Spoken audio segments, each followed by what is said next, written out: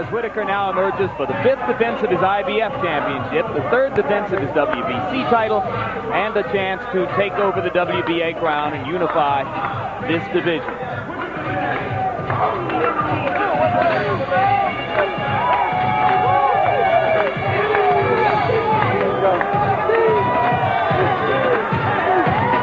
Of course, it matters not who wins the fight as to whether there will be a unified titleist for the first time in 12 years. The same is true, of course, if Nazario is to score the upset.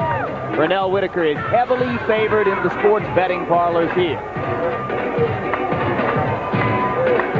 Come on, baby. Let's go, Jim. Come on. Move that around. Move that around. That's it. Whitaker has suffered only one loss in his career.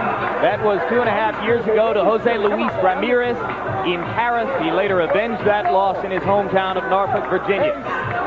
12 knockouts against the 5 champions he has fought. He has won all decisions. There have been no knockouts against any of those opponents. And as you look at the tail of the tape, you're going to see that the two fighters are equal in age. Nazario is the taller and has a little bit longer reach. And here you can see some punch stat numbers on their most recent fights.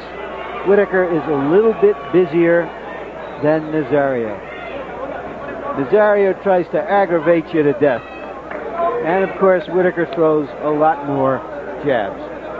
41 jabs per round against Azuma Nelson. Rules for the bout, 3 judges scoring it, 10-point must system, no standing 8 count, 3 knockdown rule is in effect, and you can be saved by the bell in the last round only. Once again now, ring announcer Jim Hall, the pre-fight intros.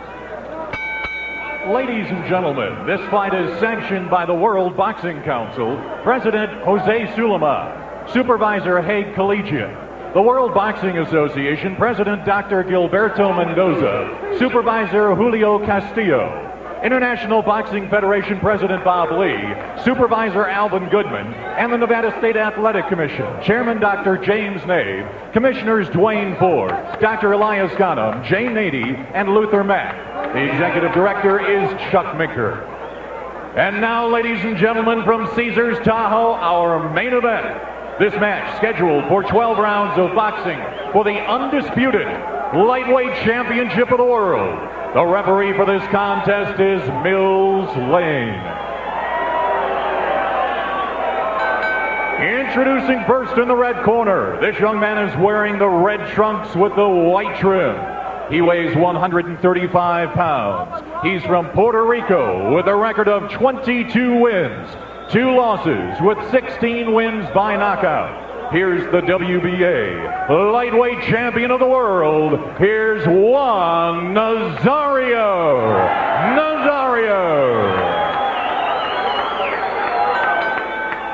And now, fighting out of the blue corner, this young man is wearing the black trunks with the red trim. He weighs 135 pounds. He fights out of Norfolk, Virginia, with a record of 22 wins, 1 loss with 12 wins by knockout. Here's the IBF and WBC lightweight champion of the world. Here's Pernell Sweet Pea Whitaker.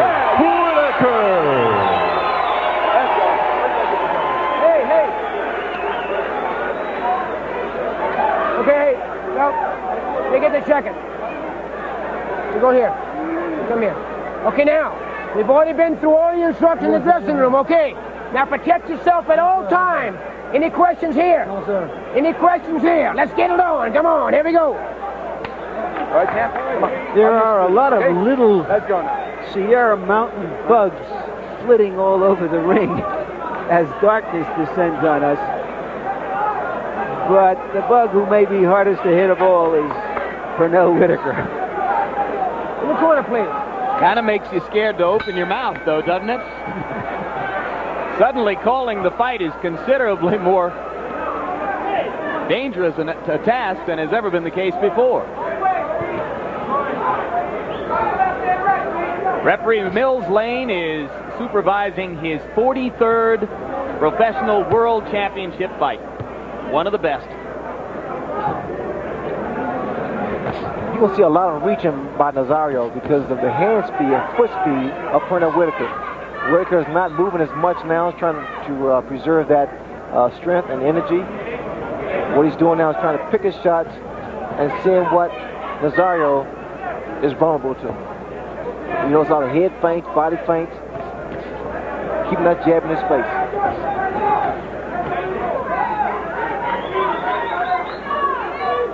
In addition to headbutts and, of course, biting, Lou Duva also asked during the rules meeting that attention be paid to Nazario's elbows. Duva contends that Nazario has been known to crack his opponents across the chin with the elbows. That would not be the case, and I can almost guarantee you that if Whitaker boxes, stays on the outside, keep his hands turning, and uses hand and foot speed, he should not allow Nazario to get that close to him. Yeah, if it happens, it usually happens inside on the ropes. Over the top with the left for Whitaker and the short right inside. What great feet he has, Ray. Such balance, always moving. I like the way Whitaker attacks the body. I mean, he puts his whole body behind him. There he's giving angles. And it's making it very difficult for Nazario to get set. Normally when you see a southpaw in the ring, you watch the front feet because you expect to see the situation in which front feet can become entangled. But here are two southpaws. It's just like two conventional fighters going against one another. That was the body shots. Beautiful execution of shots to the body by Whitaker. When you hear a guy say he gets his whole body into a punch, Whitaker does just that.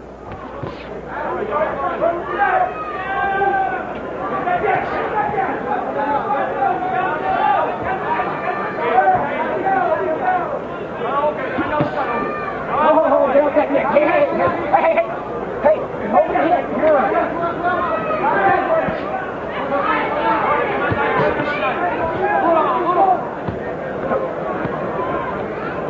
Get back, hey, get back.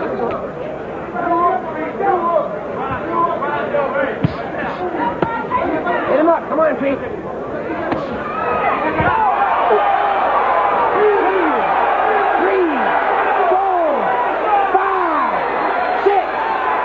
Not going to make it.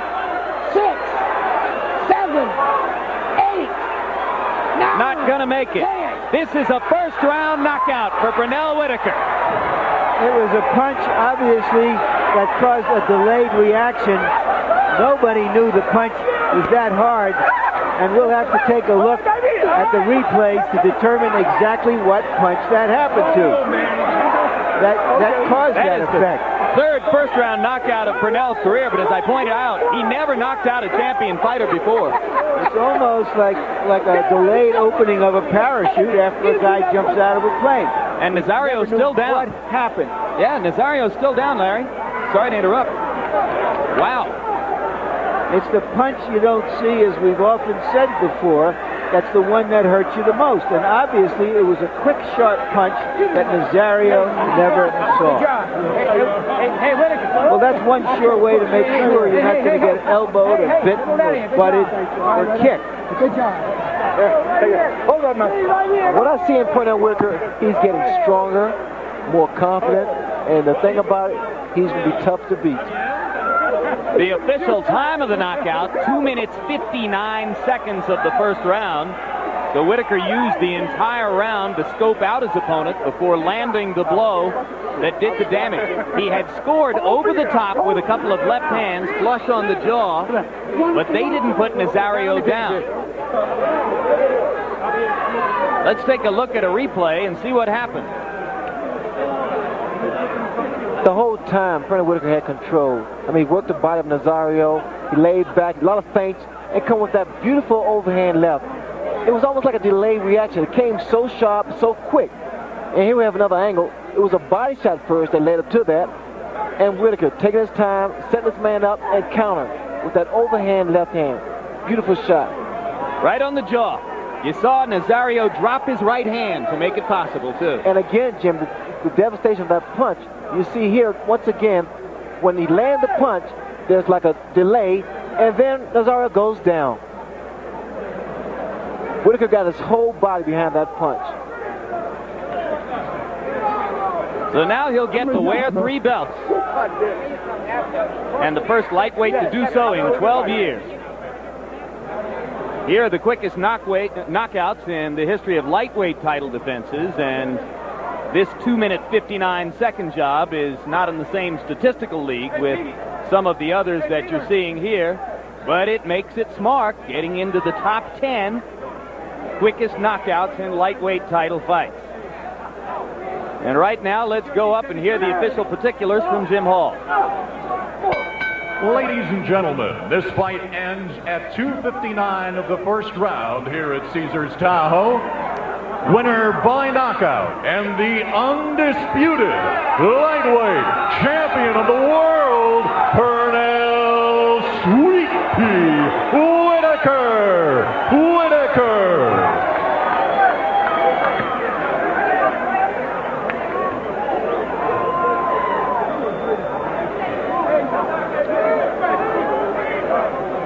Well, on the night, as you look at those statistics, there were 2,215 punches thrown here in this HBO triple header, and the most effective was the last, a left hand over the top by Pernell Whitaker, which has made him the undisputed lightweight champion of the world. And right now, we go up to listen to a man who a few years back was not an easy interview, with reticent, one-word answers. He's a whole different kind of guy now, and he's great fun to talk to as Larry Merchant gets the chance. Larry? Pernell, what happened? First of all, Larry, do I get the wonderful? You get 3 wonderfuls, 2 ears, and all the hoops. Well, Larry, first, what happened was I was establishing the good jab, and once I got on track with my jab, I was kind of like filling him out, but I saw his left hand, his right hand kept coming down. So I figured a quick 1-2 would catch him on the chin. But, and that's what happened. It was the right hand because there was such a delayed reaction. It seemed like a punch you didn't really see. He didn't see it because, I worked hard and I worked on that, blinding him with the jab and all. And it was wonderful. I can't believe it. Now, you don't look big enough to wear 3 belts. How do you feel about having 3 belts? It's wonderful. And first of all, without the help of my family back home, Vaughn, Dominic, and Pernell, they believed in me. And they told me to watch the headbutts and elbows. Daddy did it. And second of all, I'd like to say hello to everybody back home. We did it. Happy birthday, Lil Floyd, and happy 20 plus. Well, we want you to enjoy this, and obviously you will. But let me ask you this. What is in store now for Pernell Whitaker? Everybody talks about Taylor fighting Chavez and Camacho fighting Chavez, big money fights. Why don't you get in on that? Where's the big money fight for you? Of course, the biggest challenge for me right now is the Sugar Ray Leonard basketball game I have August 29th. I want him to know, just like I hit with that right hand, that's how good my basketball game is. But no, I want to say that I'm the type of fighter that hasn't chased anyone. I fought the best. Now it's time for the best to start wanting to fight Pernell Whitaker. Yes, we want Chavez, but that's all right.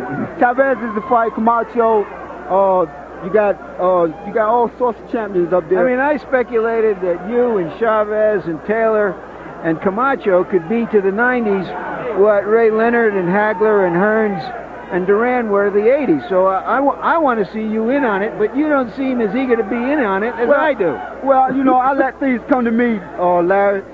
Just like all good things come to those who wait, I let it come to me, and everybody across the country have seen what happened tonight. Now they can let the people decide who they want to see fight between Pernell Whitaker or who.